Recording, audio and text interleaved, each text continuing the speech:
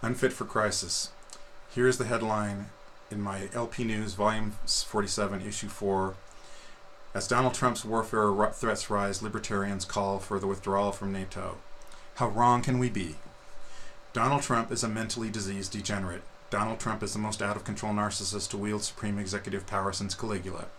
Donald Trump's finger must be yanked away from the nuclear trigger. Donald Trump has forever tarnished America's brand as the citadel of freedom. Donald Trump has destroyed American prestige globally, perhaps forever. Donald Trump has ceded the field to Putin, his benefactor. Donald Trump has aligned America with dictators worldwide, lining his own pockets in the process. Donald Trump is a traitor. Donald Trump must be impeached. Thanks to Donald Trump, Putin has an opportunity to stride the globe like a colossus. So how does my party respond? Open the floodgates, walk out of NATO, and let Putin and his oligarchs do as they like. My party is ready to serve up Europe to Putin on a silver platter. Like the America First appeasers before Pearl Harbor, they imagine an isolationist America safe and secure in a totalitarian universe.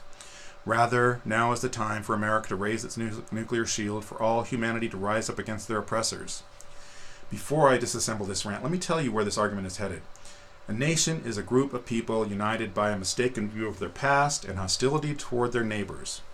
I shall urge that humanity has reached the threshold where an elected, representative, and sovereign United Nations is the safe harbor of freedom. The only American political party with an international philosophical appeal is the Libertarians. We are the only party which will survive, perhaps thrive, in an elected and representative United Nations. Moderate Democrats and Republicans will be folded into the Christian Democratic parties of Europe. The Freedom Caucus, what a gross misnomer, will fold into the fascist neo-Nazi parties. Then, at an impasse and marginalized, they would have to ponder an expedient alliance with the fundamental Islamists. The Progressive Democrats will fold into the socialist parties of Europe. Then they would be at an impasse, wondering whether to surrender themselves to the statists in China. Of course, in China, in an open and fair elections, I wonder how many statists would be elected. An elected representative in sovereign United Nations will be a tremendous growth opportunity for the Libertarian Party. How ironic that, to get there, we must confront Putin and the oligarchs. Thank God that previous generations of Americans consented to the taxation which provides the means to confront the beast with a sufficient arsenal. To confront Putin and the oligarchs, we must confront ourselves, all of us, all Americans, Republicans, Democrats, Independents, Greens, even us Libertarians are covered in fecal matter. Our olfactory senses may be so dull that we do not pick up the stench, but the rest of the world is holding their collective nose astonished that a once great, freedom-loving people could shit all over themselves by installing a mentally diseased degenerate, comic opera fascist, money-laundering stooge, and traitor into the presidency. In comparison, Putin looks like the steady hand at the tiller. Take that to heart, sports fans. Donald Trump is so colossally unfit that the world looks to Putin for leadership. The world knows that Putin violated a solemn pledge to respect the territorial integrity of Ukraine.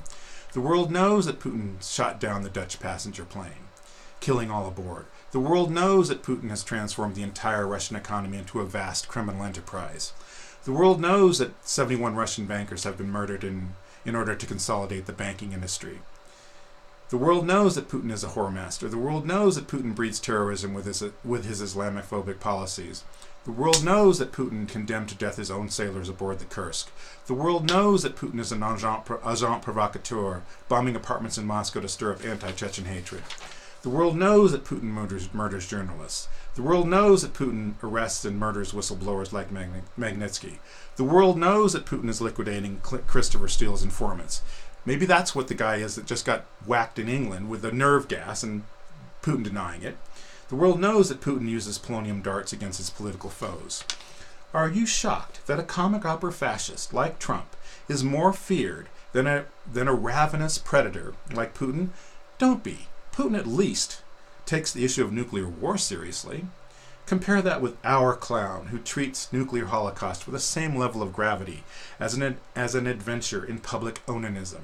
Sad, isn't it? The American century came to an abrupt, obscene halt with the installment, of Donald Trump into the presidency. Humanity will never forget that colossal, collective brain fart. But we can cleanse away the feces. 30% of us, unfortunately, parade themselves in that stench as a badge of honor. We can impeach his fraudulency. True, he will be succeeded by an ideological troglodyte. But that troglodyte will be a mere placekeeper, and he is not mentally diseased. He doesn't really matter anyway. We matter. Cleansing ourselves matters. America has never been just about the United States. We began our country as an assertion of universal principles. It was all written down. America asserts the universal principle that the common man, everywhere, is a dignified soul. Any aspiring man or woman may cast their gaze upon heaven to strive with all their might to be all they might. Political freedom stokes this Promethean fire. This yearning is not confined within our borders. It does not stand atop a wall, hurling epithets at people of a different hue, speaking a different tongue.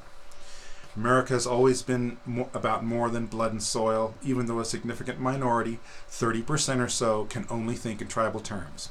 It has always been that way. The freedom lovers in our country have always been tasked with the burden of dragging the tribalists out of the darkness into the light. Will we continue to allow the right-wing nutjobs to gerrymander the Congress and manipulate the Electoral College, imposing themselves as our masters upon us, the progressive majority? During colonial times, they pushed our submission to an hereditary aristocracy. During the Civil War, they pushed our submission to a landed, racist aristocracy. Before Pearl Harbor, they blocked our resistance to fascism until it was almost too late. This time around, they are sabotaging the exposure of Putin's conspiracy against the free world. The Tories in colonial America shared the aristocratic ideals of the British Empire. Confederate America pursued the ideal of a racist hierarchy. The America First crowd before Pearl Harbor shared Hitler's vision of a global slavocracy. Today, the America First crowd shares Putin's vision of a fascist client oligarchy. Don't believe me? Not long ago, pollsters asked Americans a simple question. Do you have an unfavorable view of Putin's Russia? 82% of Republicans and 72% of Democrats answered yes. In 2017, the results to the same question? 73% of Democrats and 41% of Republicans answered yes. That 41% leakage of Republicans, no doubt, are convinced that Putin has made Russia great again. Really, the Russian economy, with a large population and plentiful resources, is about the size of Italy's. So great is the burden of institutionalized corruption. Do we really want to go down that road? Do you ever wonder whether our super rich envy the Russian oligarchs, envy their arrogance, envy the impunity with which they steal whatever they desire, free of consequence, envy the submission of the common people to their whims, envy the brutal destruction of all critics, envy their withdrawal from the social contract? Consider the cost. Not only is the Russian economy a tiny fraction of its potential, but look at the trashing of human potential. Why do you suppose they drink to blackout? Their submission, generation after generation, to the great abusing father in the Kremlin has robbed them of their self-respect. They make a cult of that submission, the stoic acceptance of helplessness, the stoic resignation to the crushing of personal ambition and dreams, submission, abject submission. Grasp the enormity. Vladimir Putin, in a public forum, praised Russian prostitutes as the best in the world. Obviously, he was trying to boost sex tourism. Who can doubt that Putin is taking a ruble or two out of every prostitute's ass on every trick pulled in Russia? And this glorified pimp strides the globe like a colossus, and the President of the United States is honored to be his stooge. And precisely what makes Russian prostitutes the best in the world? The cult of submission, of course. Everyday life in Russia is the perfect training ground for whores. Degradation, soul-destroying submission to arbitrary political power, teaches the prostitute more about the oldest profession than any doctoral course in biology ever could. Americans, do you really want to stroll down this road? Andrei Makine in Dreams of My Russian Summers describes Russian life, a strange amalgam of cruelty, compassion, drunkenness, anarchy, invincible joie de vivre, tears, willing slavery, stupid obstinacy, and unexpected delicacy.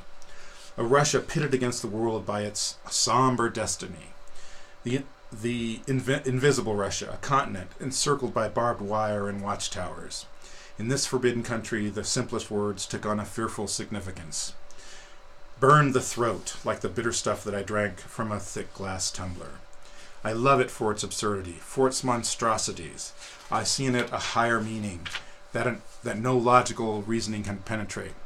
This love was a continual heartbreak. The blacker the Russia I was discovering, the more violent my attachment became. As if to love it, one had to tear out one's eyes, plug one's ears, stop oneself thinking. From here, Machine launches into the story of Beria, Stalin's chief of secret police, Putin's spiritual ancestor. What is to be done? First, obviously, we must impeach Putin's stooge. That will clear away the obstruction to the imposition of sanctions. That, too, should break the resistance to taking measures, protecting ourselves from Russian meddling in our elections. Unless, of course, the Republican Party as a whole is more compromised than I think. This, for me, is just a start. Putin set a fire in our rear. I want to set a fire in his rear. Our military strategy, given his possession of nuclear weapons, must be defensive and protective of our allies. Our political strategy, on the other hand, must be aggressive. We enter that struggle bearing the stench of the 2016 election and the appalling spectacle of a mentally diseased degenerate wielding presidential powers. We are a laugh line for humanity. Nonetheless, we must press on. Only we possess the military might to deter Putin, to restrain him, to frustrate his plan to transform the global economy into a vast, corrupt client oligarchy. Imagine it. Force yourself to imagine it. Then coldly and disenthralled conceive the master counterstroke. Our political objective must be the transformation of the United Nations into an elected and representative, hence legitimate body. We must complete the business left unfinished by the Second World War. Our nuclear arsenal, which our right-wing nuts see as a tool to extort concessions from the rest of the world, can be used as a nuclear umbrella beneath which freedom-loving peoples everywhere can rise up against their oppressors. In close consultation with freedom-loving peoples facing the Russian menace, we can adopt a defensive and protective posture, which hopefully will deter Putin and the oligarchs. If Putin crosses that frontier, our allies must defend themselves on the ground. We will provide the air and naval power to devastate Russian logistics. Again, the more credible our posture, the more effective the deterrent. We will need more pilots, 100,000, 200,000, a million, whatever it takes. Putin's counter move will be to draw us into a proxy war somewhere. We must not take the bait. Our advantage lies in our mobility, when we must be ready with an overarching political solution. There is a software program called Maptitude. The Republicans, perverted it to serve the ends of Project Breadmap, the national gerrymander. But the most fair state, Iowa, also uses Maptitude.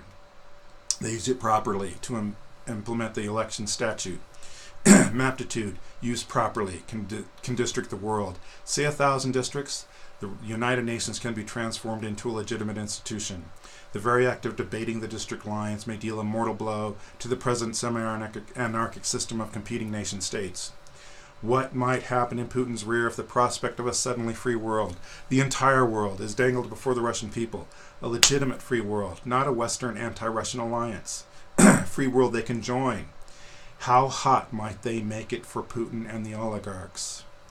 This is our destiny. The colonial generation was determined to show the world that the common man could govern himself. In the Gettysburg Address, President Lincoln challenged the country to keep the faith with that creed. In World War II, we acted upon the world stage to assert that creed, helping to retrieve freedom from the clutches of fascism. What I propose is merely the logical next step in that historic journey. It is bigger than blood and soil. It is the antithesis of America First, our euphemism for fascism. It is a great consummation. Once again, we may nobly gain or meanly lose the last great hope of earth. Can we muster the greatness of soul to travel the road to our destiny?